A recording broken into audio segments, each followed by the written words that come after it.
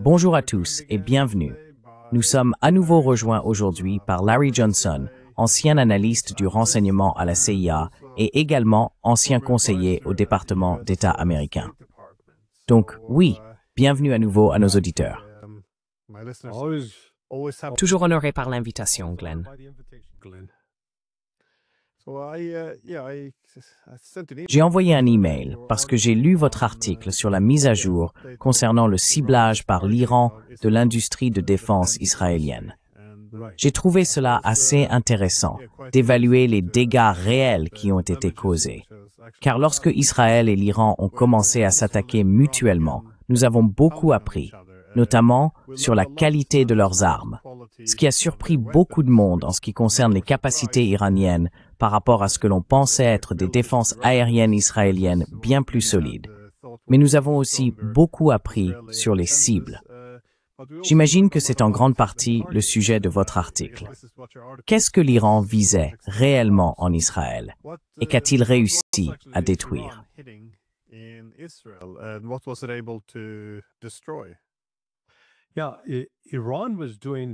Oui, l'Iran menait ce que j'appellerais un ciblage stratégique.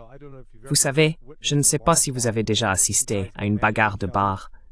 Deux types se mettent en colère l'un contre l'autre et commencent à donner des coups de poing dans tous les sens, frappant tout ce qui bouge. Ils n'essayent pas de toucher quelque chose de précis. Ce n'est pas ce qu'a fait l'Iran. L'Iran cherchait à fermer le port, car Israël n'a que 2 ports maritimes fonctionnels, capables d'accueillir des porte-conteneurs de 40 pieds. Et ils ont réussi à le faire, en détruisant les 2 raffineries de pétrole. Israël n'en a que 2, et en fermant l'aéroport international, pour commencer. Ensuite, l'Institut Weizmann, qui est ce grand centre de recherche pour leurs programmes d'armes nucléaires et d'autres programmes militaires.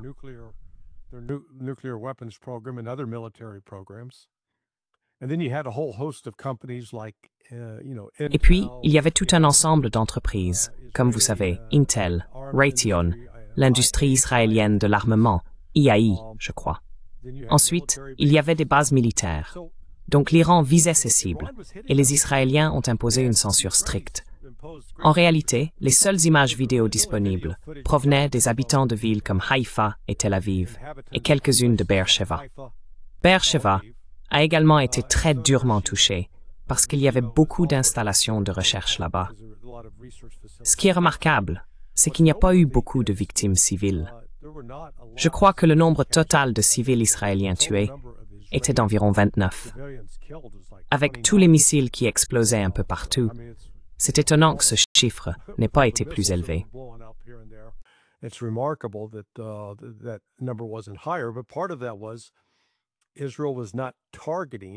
Mais cela tenait en partie au fait que l'Iran ne visait pas les civils israéliens. Par exemple, il y a eu une tentative de transformer les dégâts subis par un hôpital en une grande victoire de propagande. Mais il s'est avéré que l'Iran avait en réalité frappé une installation de renseignement israélienne adjacente à l'hôpital.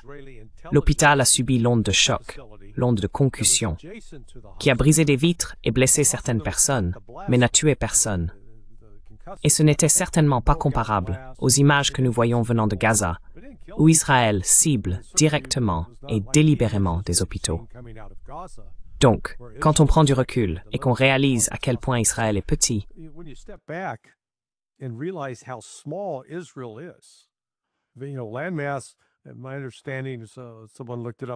la superficie terrestre, d'après ce qu'on m'a dit, quelqu'un a vérifié pour moi, l'Iran est 91 fois plus grand qu'Israël.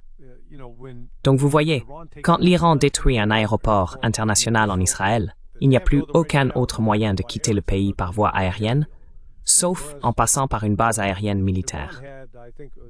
Alors qu'en Iran, il y avait, je crois, 29 aéroports internationaux. Donc oui, Israël pourrait en fermer 2, il en resterait encore 27. Cette disparité de taille signifiait donc qu'Israël était bien plus vulnérable à ces attaques de missiles, qui sont des missiles coûteux. L'autre aspect ici, c'est le coût des missiles de défense aérienne, des systèmes de défense aérienne.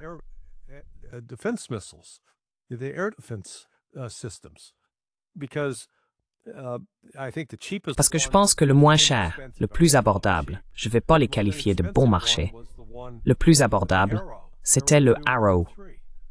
Arrow 2, Arrow 3.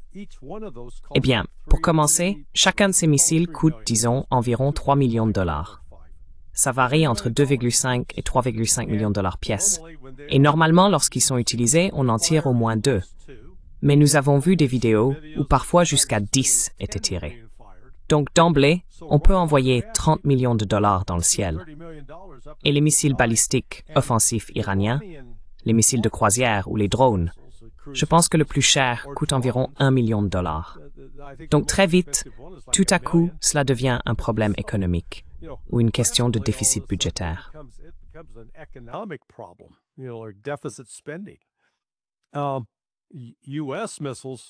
Les missiles américains sont encore plus chers.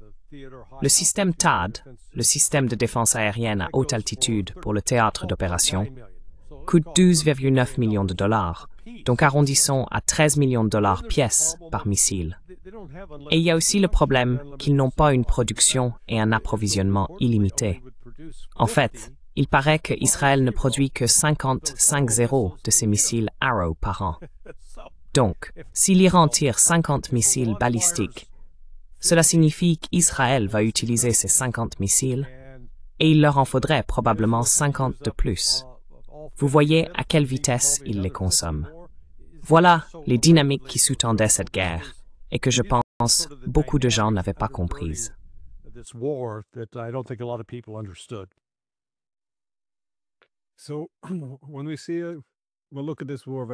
Donc, lorsque nous examinons cette guerre d'usure, nous devons prendre en compte la capacité à continuer le combat et à absorber les coûts. Un cessez-le-feu a été instauré, mais personne ne croit vraiment qu'il va durer. Au contraire, il semble y avoir des efforts des deux côtés pour se réarmer et se préparer à une éventuelle reprise des hostilités. Que savons-nous donc du temps de récupération? Israël et l'Iran doivent tous deux se remettre non seulement des dégâts subis, mais aussi reconstituer leur stock d'armes. L'Iran semble encore disposer, si je ne me trompe pas, d'un stock très important de missiles qu'il peut utiliser contre Israël. Mais de combien de temps Israël aurait-il besoin pour se remettre de cela? Cela signifie remplacer les missiles qui ont été utilisés. Vous avez mentionné cette capacité de production limitée, mais ils doivent aussi résoudre certains problèmes, car ils ont besoin de ports et de raffineries de pétrole opérationnelles. Cela doit être une priorité, je suppose.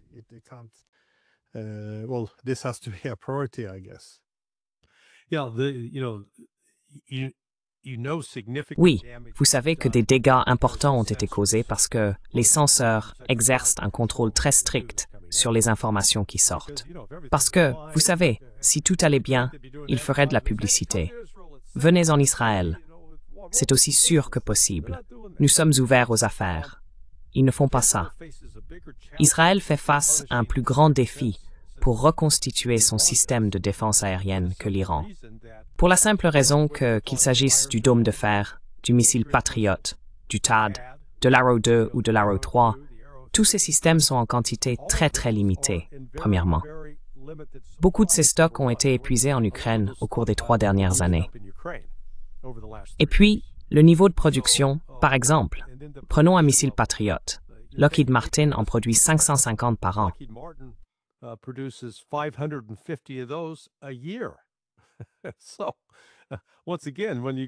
Donc, encore une fois, quand vous avez, disons, 16 de ces missiles dans un lanceur et qu'ils en tirent 3 pour chaque missile entrant, vous pouvez faire le calcul. Cela épuise rapidement le stock. Et ce n'est pas comme si ils pouvaient se tourner vers Lockheed et dire « Hey, démarrez la chaîne, on va commencer à produire ». Ça ne fonctionne pas comme ça. Cette statistique me fascine, mais elle montre à quel point les industries de défense ont changé, et pas tant que ça, d'une manière qui est une amélioration. Actuellement, pour construire un F-35, vous savez, le chasseur de 5e génération, il faut entre 18 et 24 mois, donc 1 an et demi à 2 ans, juste pour produire un avion. Pendant la Seconde Guerre mondiale, en 1943, les États-Unis ont commencé à construire le bombardier B-24 Liberator.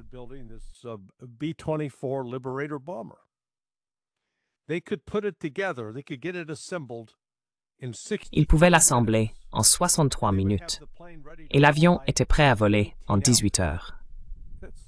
Nous sommes donc passés de la production d'un bombardier à la pointe de la technologie de son époque en 18 heures à une production qui prend aujourd'hui entre 18 et 24 mois. Nous avons donc tellement augmenté le niveau de sophistication, du moins du côté occidental, qu'il devient difficile de produire en masse. La Russie, en revanche, n'a pas ce problème. Et d'après ce que je comprends, l'Iran est dans une situation similaire. Ils ne construisent pas ces pièges fragiles, qui demandent beaucoup de temps à assembler. Ils peuvent en fait produire en quantité assez rapidement. Donc, en ce qui concerne le temps de récupération des systèmes de défense aérienne, je pense, encore une fois, que l'Iran est en meilleure position qu'Israël.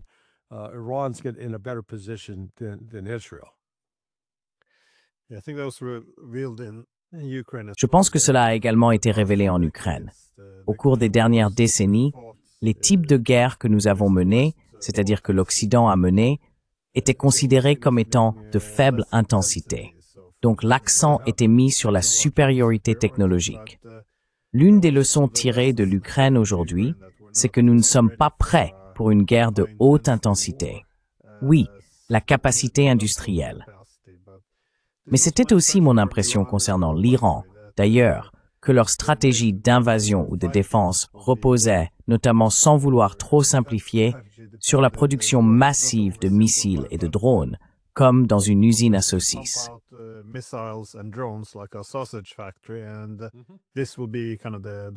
Et cela constituera en quelque sorte le cœur de leur puissance de combat. Eh bien, cela semble avoir fonctionné. Mais comment cela affecte-t-il? Étant donné que la capacité à approvisionner Israël a évidemment aussi un impact sur notre autre guerre, c'est-à-dire la guerre par procuration contre la Russie. Dans quelle mesure, avec toutes les armes qui ont été envoyées à Israël et qui continuent de l'être pour reconstituer les stocks, cela affecte-t-il nos capacités militaires en Ukraine? Car il est certain que les États-Unis ne sont plus en mesure d'envoyer autant d'armes qu'auparavant.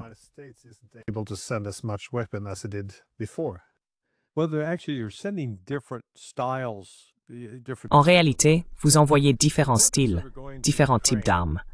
Donc, les armes qui vont en Ukraine, des Bradley, des véhicules blindés, des chars, des obus d'artillerie. Et puis, la seule zone où Israël et l'Ukraine sont vraiment en concurrence, c'est pour les missiles patriotes, donc les systèmes de défense aérienne. Alors que les armes que les États-Unis envoient à Israël sont des bombes larguées depuis des avions. On n'en envoie aucune à l'Ukraine parce qu'elles se font abattre. Vous savez, ils n'ont pas vraiment beaucoup d'avions qui peuvent faire voler.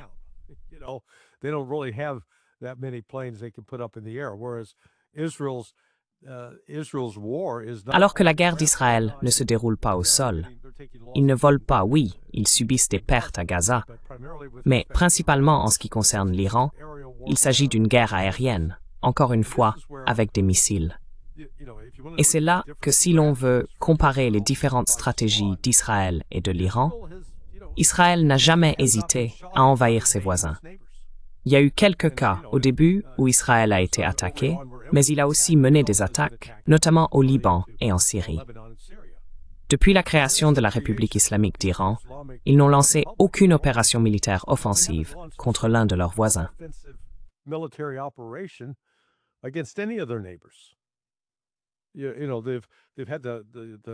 Vous savez, ils ont mené une guerre par procuration en soutenant les Houthis dans leur conflit avec l'Arabie saoudite. Mais l'Iran n'est pas organisé et structuré comme les États-Unis, qui sont capables d'envoyer des forces militaires expéditionnaires partout dans le monde. De ce point de vue, se réarmer et se rééquiper représente un défi plus important pour Israël, notamment pour obtenir des bombes en provenance des États-Unis. Ils ne vont pas manquer. Nous avons en stock beaucoup de ces bombes conventionnelles prêtes à être larguées. Il n'y a pas de pénurie à ce niveau-là. Mais l'argent qui peut être alloué à cela, vous savez, l'Ukraine passe maintenant au second plan. On les considère désormais comme le parent pauvre.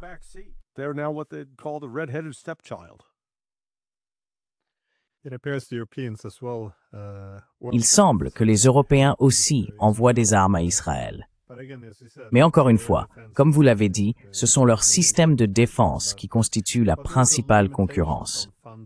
Cependant, il y a aussi une limitation des fonds, surtout pour les Européens en ce moment. Et les Américains rencontrent également certains problèmes de leur côté. Ce que j'ai trouvé intéressant, cependant, c'est Trump. Il a d'abord déclaré que les Israéliens subissaient de lourdes attaques. Puis, lorsque les Iraniens ont revendiqué la victoire dans cette guerre, cela a semblé l'énerver. Il a soutenu que ce n'était pas réel, que c'était absurde. Il a affirmé avoir sauvé l'Iran en mettant fin à la guerre, qu'ils n'étaient pas les vainqueurs. Vous savez, Israël aurait pu tenir bon maintenant.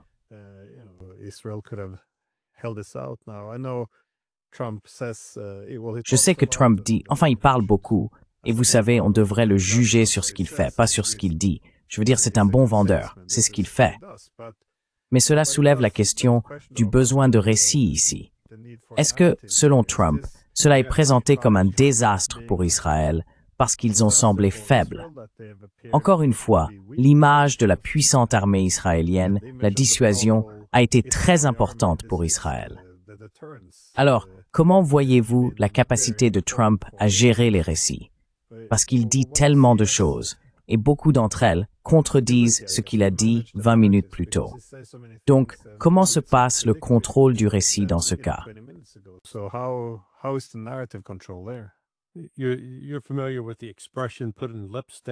Vous connaissez l'expression « mettre du rouge à lèvres sur un cochon ». C'est exactement ce que fait Donald Trump.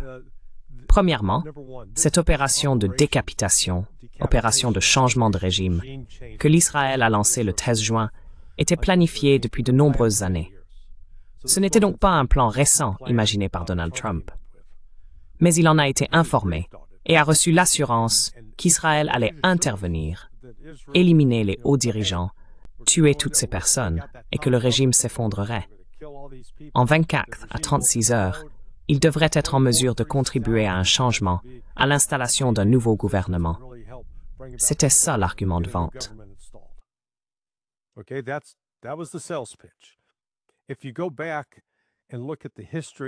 Si vous remontez dans l'histoire et regardez comment le virus Stuxnet a été développé, il y a un excellent documentaire à ce sujet qui s'appelle Zero Days. On faisait exactement le même genre de promesses à l'époque. Oh, il suffit de frapper ces centrifugeuses en Iran avec Stuxnet. Ça va les secouer, ça va détruire le programme nucléaire iranien. Ils seront hors service pendant des années. Ils ont lancé Stuxnet, détruit quelques centrifugeuses, et l'Iran était de nouveau opérationnel, je crois, en 4 ou 6 semaines. C'était vraiment très court. C'est exactement ce qui s'est passé ici. Trump s'est fait vendre une illusion, à savoir que ce serait une victoire militaire extraordinaire.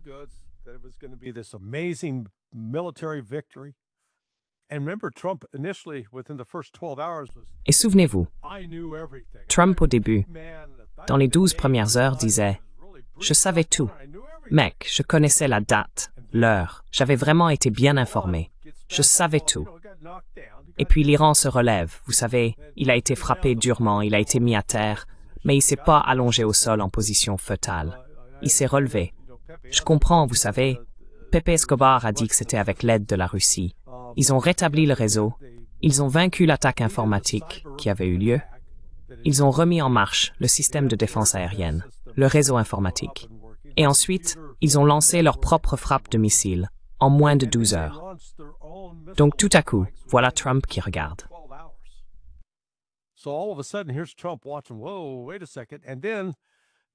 Wow, attends une seconde. Et puis tu sais, au moins Trump obtenait la vérité sur le fait que le système de défense aérienne d'Israël n'a pas arrêté l'Iran. Et donc, quand on est entré dans la 2e semaine de la guerre, genre le 8e, le 9e jour, tu te rends compte qu'Israël était en difficulté parce que tu as commencé à voir les articles de journaux. Pas seulement, tu sais, le Washington Post, ça c'est une chose, mais quand le Wall Street Journal, qui, tu sais, je ne connais pas de plus grand soutien d'Israël que le Wall Street Journal, publie un article disant « Hey, ils n'ont plus que 2 semaines de missiles de défense aérienne, et après ils n'en ont plus. » Ça, c'est significatif.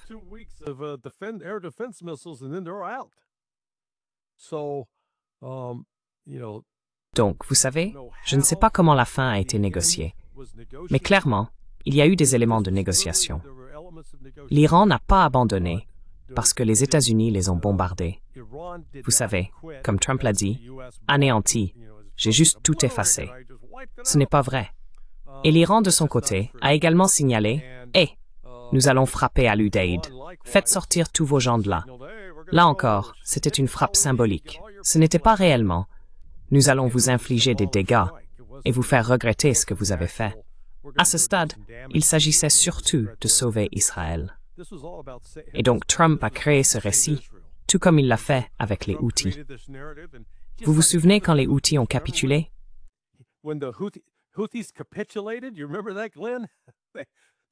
Tu te souviens de ça, Glenn? Oui, les Houthis ont abandonné. Oh, on n'en peut plus. Arrêtez, oncle Sam. Ah, attendez, ce n'est pas ce qui s'est passé. Trump a dit qu'ils avaient capitulé, mais c'est Trump qui s'est retiré et a retiré les forces. Ça s'appelle une défaite. Maintenant, voici la dynamique intéressante que cela a déclenché. Auparavant, il y avait cette perception que les États-Unis étaient une force militaire assez puissante. Mec, leurs porte-avions arrivent et leurs avions, on ne peut tout simplement pas les arrêter. Les Houthis les ont arrêtés. Et puis, avec un peu plus de recul, les gens se disent, vous savez, les États-Unis n'ont pas réussi à vaincre les talibans après 20 ans.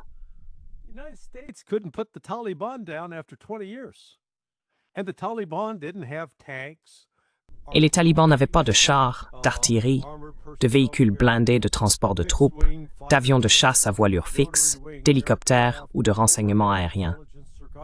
Les talibans avaient essentiellement des armes de poing, des fusils et quelques mortiers. Et ils ont tenu tête aux États-Unis.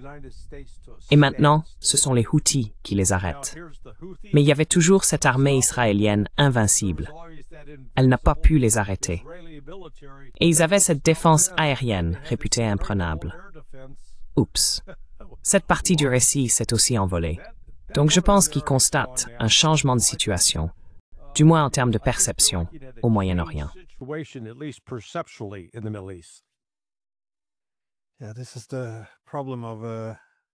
Oui, c'est le problème de bluffer trop souvent ou de jouer cette carte de pression hégémonique. Eh bien, si quelqu'un appelle votre bluff, comme l'a fait le Yémen, c'est une expérience très humiliante pour les États-Unis. Oui. Une fois que le monde entier peut bien voir cette défaite, et encore une fois, je me souviens, eh bien, c'est pas si vieux, mais parce que les États-Unis perdaient quelques vols, quelques avions, et puis soudainement, Trump fait marche arrière et déclare la victoire.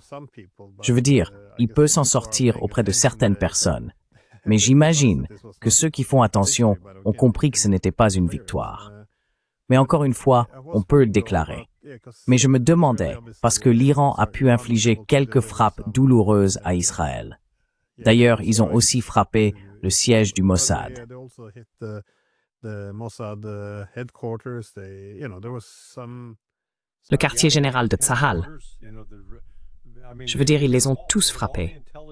Ils ont touché tous les centres de renseignement, ainsi que l'installation nucléaire de Dimona, ainsi qu'au moins 3 des bases aériennes militaires. Donc, je veux dire, c'était complet. Mais que savons-nous des cibles israéliennes? Parce qu'encore une fois, ils ont aussi réussi à infliger beaucoup de souffrance à l'Iran.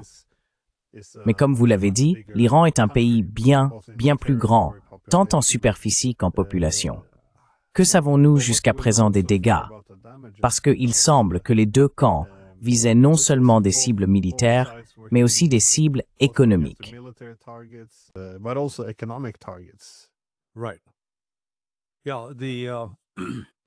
D'accord.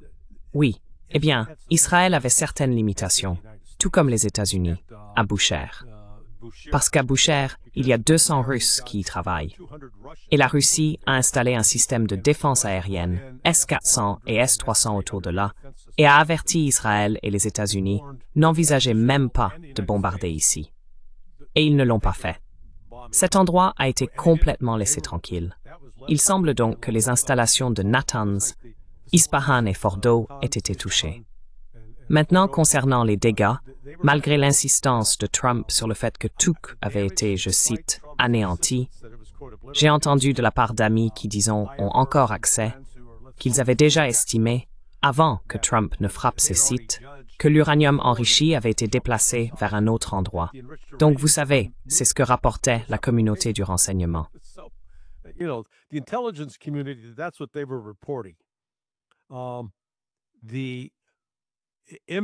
L'image, vous savez, l'idée que l'on va larguer 2 de ces bombes GBU-57, vous savez, elles pèsent chacune 13 600 kilos. Normalement, le bombardier B-2, s'il a le réservoir plein, ne peut en transporter qu'une seule. Mais ils l'ont conçu pour qu'il puisse en emporter 2, si l'avion, au décollage, est presque à sec. Il a juste assez de carburant pour voler 10 minutes. Il peut décoller, prendre de l'altitude, puis il est ravitaillé en vol. Parce qu'une fois en l'air, c'est bon. Eh bien, vous savez, ils en ont largué 12 sur Fordo. Et le problème, c'est qu'il n'y a pas seulement du béton armé en dessous, c'est du granit. Et le granit, vous savez, les ingénieurs peuvent débattre là-dessus, mais un ingénieur que je respecte m'a dit que le granit est bien plus difficile à fracturer que le béton armé.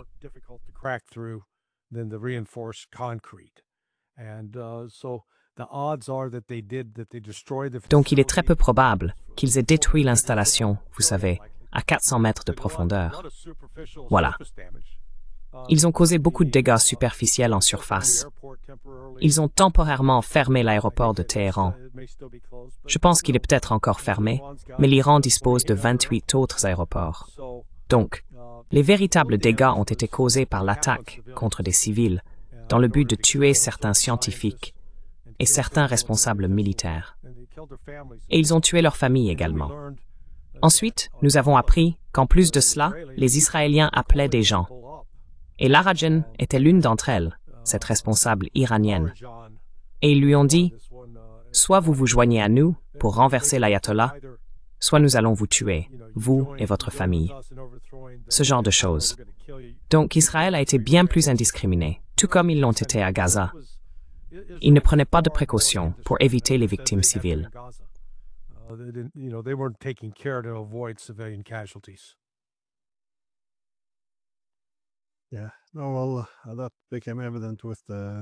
Oui, eh bien, cela est également devenu évident avec le nombre de victimes. Alors, quelle est la suite? C'était un peu ma dernière question. J'ai été un peu soulagé quand, vous savez, Trump a déclaré la victoire, comme s'il croyait avoir gagné, que les frappes avaient réussi, que les installations nucléaires avaient été détruites, qu'il avait obtenu tout ce qu'il voulait, alors il pouvait faire son tour d'honneur et rentrer chez lui. Mais il devient de plus en plus clair que ce n'était pas une victoire. Le directeur de l'AIEA affirme qu'il veut savoir où se trouve l'uranium enrichi de l'Iran. Et à mesure que de plus en plus de gens commencent à voir cela comme une victoire iranienne et une défaite pour Israël, il y a, je suppose, une incitation croissante à recommencer ce combat. Encore une fois, tout dépend du moment où les capacités pourront être rétablies. Mais voyez-vous tout cela mener à une reprise de la guerre? Ou, je ne sais pas, j'ai parlé plus tôt au colonel McGregor, qui semblait très convaincu que ce serait une guerre longue, que ce n'était que la phase d'ouverture.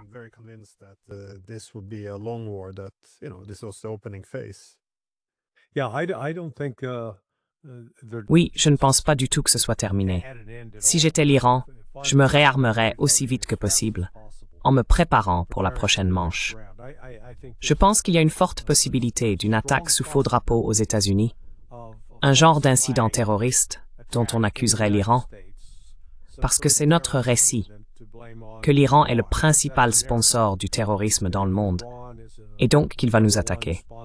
Sauf que, vous savez, ce n'est tout simplement pas ce que dit l'histoire.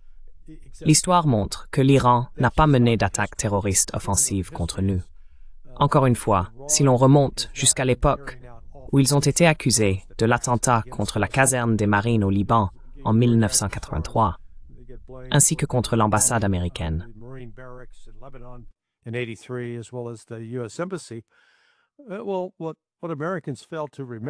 Ce que les Américains oublient, c'est que c'est nous qui avons commencé à tirer, que nos cuirassés, le New Jersey, ont lancé ces obus gigantesques dans la vallée de la Bekaa et que nous tuions des femmes et des enfants chiites.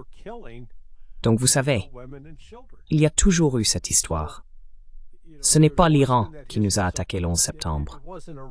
Mais on construit le récit selon lequel, oui, l'Iran va s'en prendre à nous.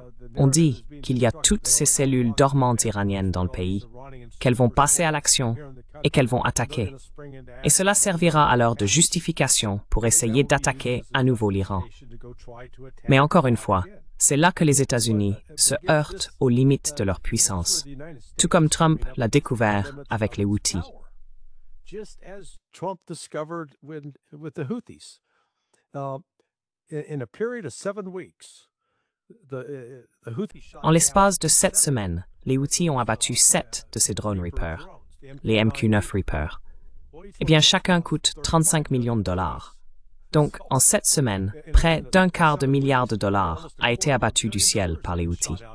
Et puis, vous perdez 3 F-18 Hornet. Cela coûte environ 70 à 80 millions de dollars chacun.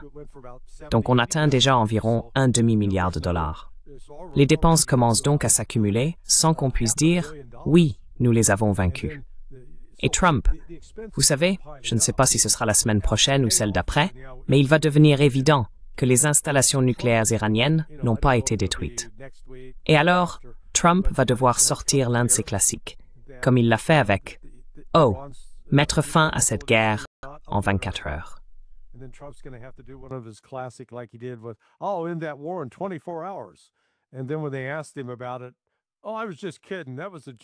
Et puis, quand on lui a posé la question, il a répondu « Oh, je plaisantais, c'était une blague. » Ah, d'accord. Oui, il ne peut pas dire « j'avais tort ».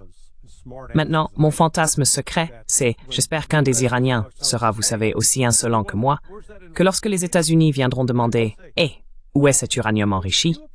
les Iraniens répondront « oh, eh bien, vous l'avez anéanti. Vous l'avez entièrement détruit. » Qui sommes-nous pour contredire le président Trump? Passez une bonne journée. Voilà, de cette façon. Ce qui s'est vraiment passé ici, c'est que les États-Unis sont désormais aveugles concernant le programme nucléaire iranien, qu'il soit pacifique ou non. Parce qu'auparavant, avec l'AIEA, d'une part, il y avait un partage officiel d'informations de la part de l'AIEA. Mais je parierais n'importe quoi, que les États-Unis, et ou Israël, et ou la France, et ou le MI6, avaient infiltré l'AIEA et utilisaient l'AIEA comme méthode de collecte de renseignements.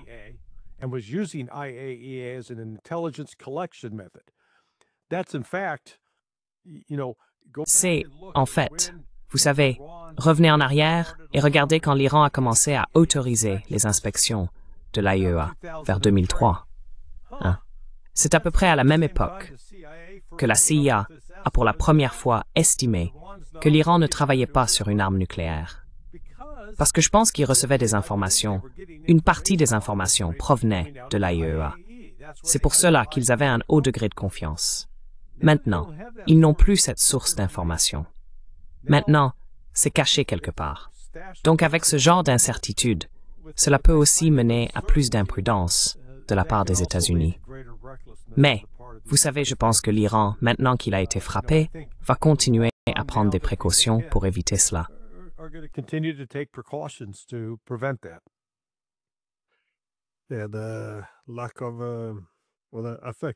Oui, l'absence de, enfin, l'impact sur le contrôle des armements va être l'un des désastres. L'idée qu'ils ont empêché l'Iran d'obtenir une arme nucléaire, je pense que le problème clé dans les années à venir, c'est que personne ne saura si l'Iran construit ou non des armes nucléaires. Toute la transparence a été instrumentalisée. Mais la dernière question que j'avais était, quelle est l'étendue réelle de ce cessez-le-feu?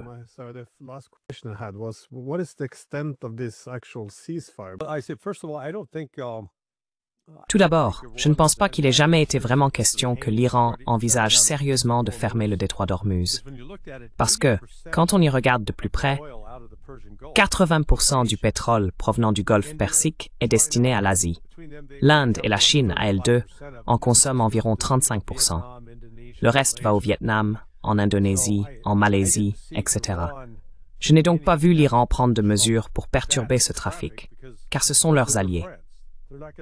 Ils ne vont pas nuire aux pays qui soutiennent déjà l'Iran dans ce conflit contre Israël.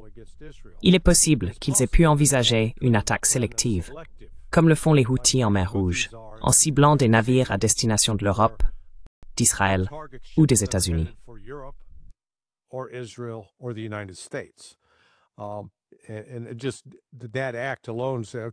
Et rien que ce geste, dire « d'accord, nous allons commencer à le cibler », ferait exploser les tarifs d'assurance, ce qui fermerait effectivement le détroit. Donc je pense que c'était la mesure de la dernière chance. L'Iran ne considère pas cela comme un cessez-le-feu. Israël l'appelle ainsi. Mais l'Iran a simplement dit « D'accord, si vous arrêtez de nous attaquer, nous n'allons plus vous attaquer ». J'ai eu l'un des lecteurs de mon blog sur sonar21.com. Il s'est converti à l'islam. Il est même amérindien, c'est dire. Mais il a écrit un texte que j'ai trouvé très pertinent, décrivant la vision théologique islamique, selon laquelle ils ne feront pas de frappe préventive, par exemple. Et si l'ennemi cesse de se battre, vous cessez de vous battre.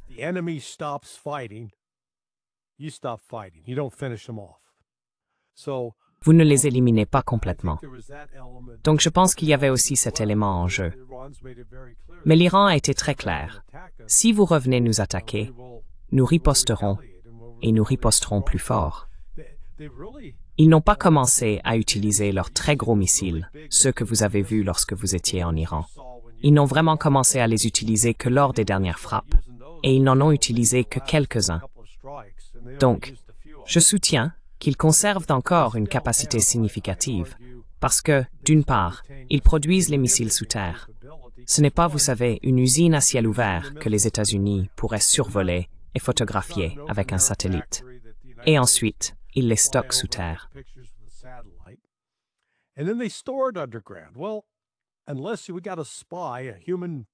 Eh bien, à moins d'avoir un espion, un être humain capable d'entrer là-bas et de compter, ou quelqu'un chargé de tenir l'inventaire, nous n'en savons tout simplement rien. Nous ne faisons que deviner. Donc de ce point de vue, l'Iran a pris des mesures pour se débarrasser de l'AIEA. Elle ne sera plus autorisée à entrer dans le pays, du moins tant que Raphaël Grossi sera à la tête de l'organisation. Ils ne voudront rien avoir à faire avec eux. Ils débattent de la possibilité de se retirer du traité de non-prolifération. S'ils le font, j'y verrai un signe qu'ils vont construire une arme nucléaire. Mais ils ne vont plus coopérer avec l'Occident comme avant, parce qu'ils se sont fait avoir. Ils ont été trahis, ils se sont fait piéger. Et je pense qu'ils ont retenu la leçon.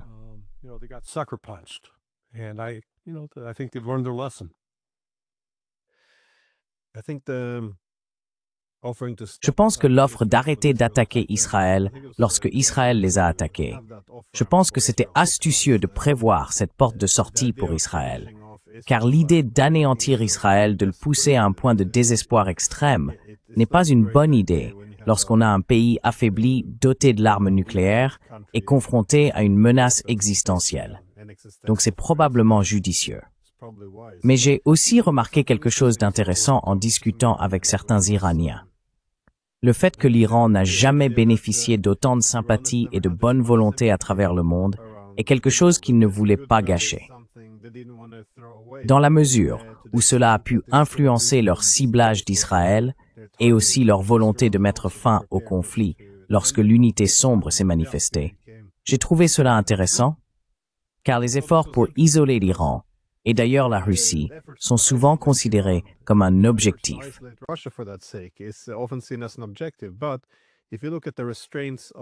Mais si l'on regarde les contraintes, par exemple, de la Russie en Ukraine, ils ne se soucient plus vraiment de ce que l'Occident pense d'eux.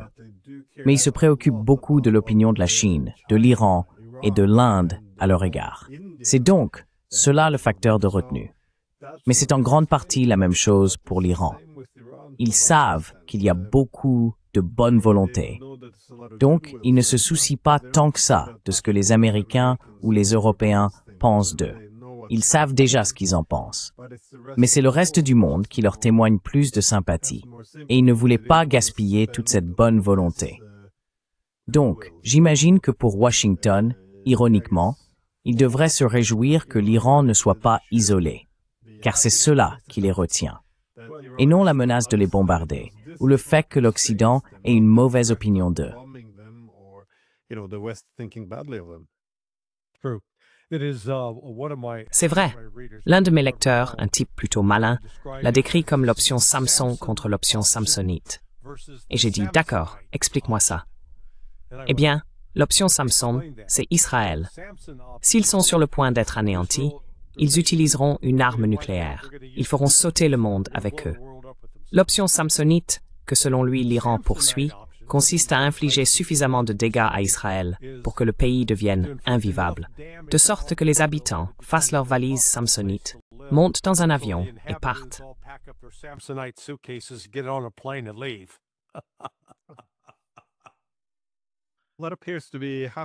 Cela semble effectivement se produire dans une certaine mesure. Beaucoup de gens partent, et cela aggrave, je suppose, les difficultés économiques. Donc il pourrait rendre Israël non viable s'il continue sur cette voie.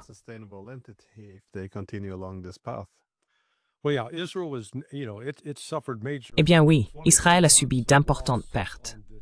21 mois de pertes dans l'industrie touristique. L'industrie touristique représentait une part importante de leur économie. Mais maintenant, certaines usines, les lieux qui produisent réellement des biens pour Israël, y compris leur industrie de l'armement, Iran a frappé ces sites et les a endommagés. Encore une fois, nous n'avons pas d'évaluation des dégâts. Tout ce sur quoi je peux m'appuyer, ce sont les propos des journalistes de la chaîne israélienne Channel 13 qui disaient « Oui, le gouvernement étouffe l'affaire. On a vraiment pris un coup et le gouvernement le cache. » Donc je pense que l'économie israélienne est probablement dans une situation plus critique qu'elle ne l'a jamais été.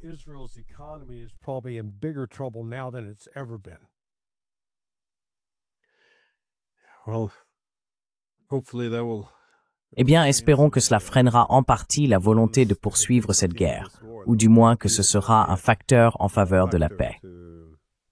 Oui, oui. Mais non, merci beaucoup de m'avoir permis de vous interroger. Je tenais vraiment, comme je l'ai dit, à m'entretenir avec vous après avoir lu cet article. Donc merci encore. Et pour tous ceux qui écoutent, je mettrai le lien vers l'article dans la description. N'oubliez pas de visiter le site et de lire l'article. Merci encore. Hey Glenn, merci et bon voyage. Dis bonjour à Jeff. Bien joué, au revoir. Bye-bye.